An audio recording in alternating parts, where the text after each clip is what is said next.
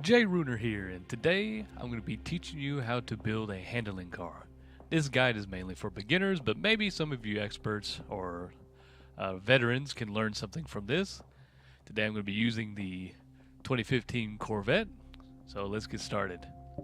The first thing I need to emphasize is never use quick upgrades. Quick upgrades just don't it pretty much takes your entire ability to tune, so I would definitely stay away from that. So the first step to building a car is deciding what is essential to all of your builds. In my case, I always do my brakes and suspension upgrades first, and that's very important to the tuning aspect of the game, since I like to tune my own suspension.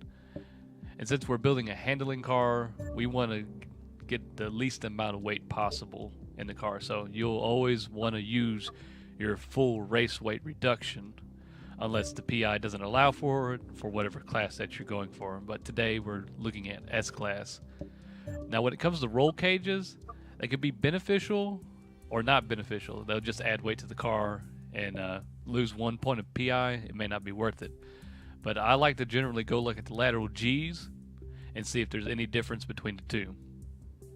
If there's any improvement at all, it could be like 1 G of what a 0.01 G improvement, and that's enough to get that component, because you want to maximize all G's whatsoever.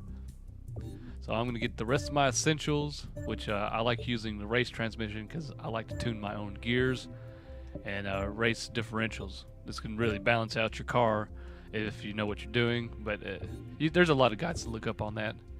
Alright, once you got all your essentials done, the first thing I do is, if it's a front-wheel drive or all-wheel drive car, I'll swap the drivetrain to a rear-wheel drive car. It seems to be the best setup for any handling build, but this car is already rear-wheel drive, so I don't have to worry about that. The next thing I do is I look at engine swaps. Why this is important is I'm looking for the smallest or like the lightest motor. In this case, the Corvette doesn't have a lighter motor, so we're going to stay with the stock motor. You always want to go with the lightest motor with the least amount of torque curve, because spiking torques can definitely make your car unstable while pushing out of a corner. That's essential to a handling build. It's like you want maximum amount of grip, and if you got torque spikes like in the rally motors, you'll definitely lose grip because of that. Next thing we look at is tires. I'm going to put the race compound on all the time, depending on the PI. If PI is there, make the tire width as wide as possible. Then we're going to go to aerodynamics. Upgrade aero fully. And this will give us the maximum amount of handling right now before tuning. So once you got all that done, now you can start looking at adding a little bit of power, maybe a supercharger. Always go with a pro charger or a supercharger or a centrifuge charger. Those don't have torque spikes, so it makes a nice even torque rise, and you won't lose grip while pushing out of a corner. Going to engine upgrades, after you got all your weight reduction, tires, and aero on there, I look for the lighter upgrades like your exhaust. See, your fully racing exhaust will lose a lot of pounds, which every pound counts. So the car now is 2963. With the full race exhaust, you get 2897, which that improves everything. You get a little bit of power, and it does improve lateral G's in a sense. Sometimes you might get 0.01 or 2 out of it. Let's see if we get any improvement out of that, and we do.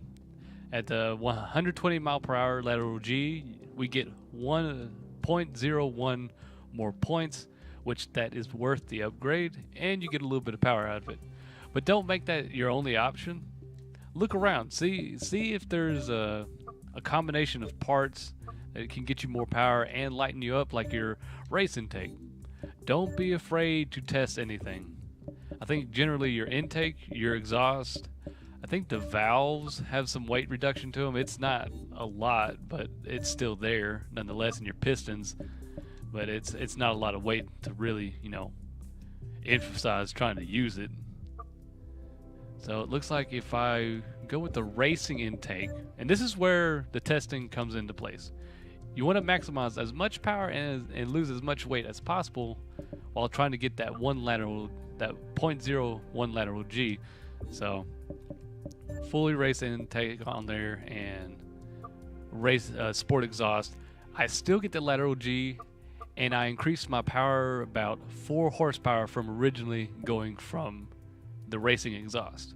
And you only get 0.01 lateral G, so you want to go with this combination in this particular build. So that gives you 673 horsepower with a 6.6 handling build.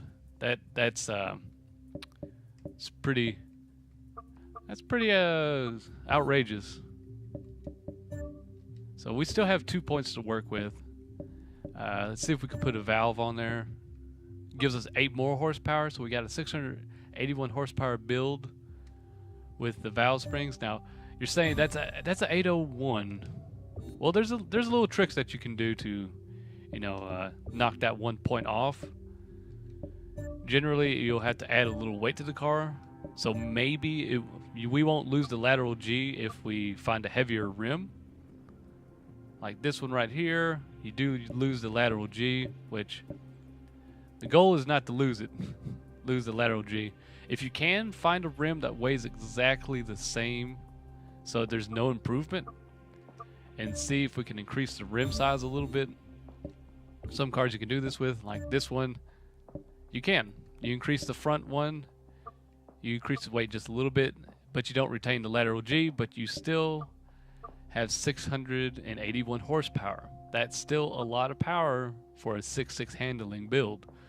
So we lose that 0.01 lateral G, but the benefits is that we gained way more power than we should for a handling build. So little optimizations like that can definitely make the difference in every lap time that you make in this car. So, and the last thing I do before I save it and finalize everything, I check to see if there's a drive shaft, which there's not for this Corvette, and check the flywheel to see if I could put it on there and get a little bit more weight off the car. But those are just little optimizations. It may not make a difference, but those are just things that I do. So I hope y'all have learned a lot from this. This has been Jay Runer.